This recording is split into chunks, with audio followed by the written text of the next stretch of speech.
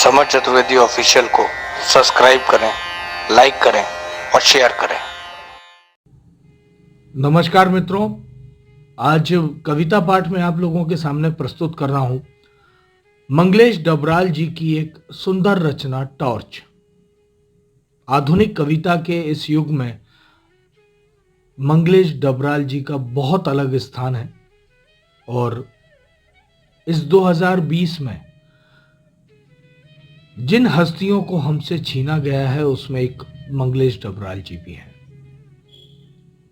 तो मेरी तरफ से उनको ये श्रद्धा सुमन, और अगर किसी शब्द के उच्चारण में कहीं कोई त्रुटि रह जाए तो क्षमा प्रार्थी हूं। तो लीजिए, प्रस्तुत है टॉर्च।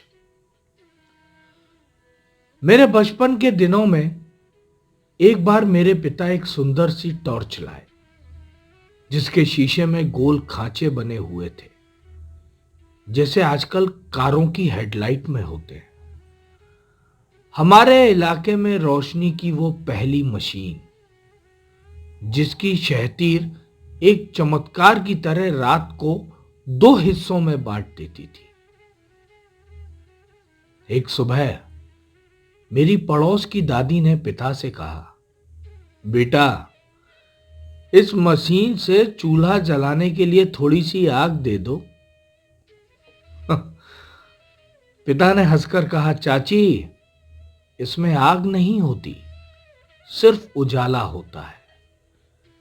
ये रात होने पर जलती है और इससे पहाड़ के ऊबड़ खाबड़ रास्ते साफ दिखाई देते हैं। दादी ने कहा, बेटा, उजाले में थोड़ा आग भी रहती तो कितना अच्छा था। मुझे रात को सुबह चूल्हा जलाने की फिक्र रहती है। घर गृहस्थी वालों के लिए रात में उजाले का क्या काम। बड़े बड़े लोगों को ही होती है अंधेरे में देखने की जरूरत। पिता कुछ बोले नहीं, बस खामोश रहे देर तक।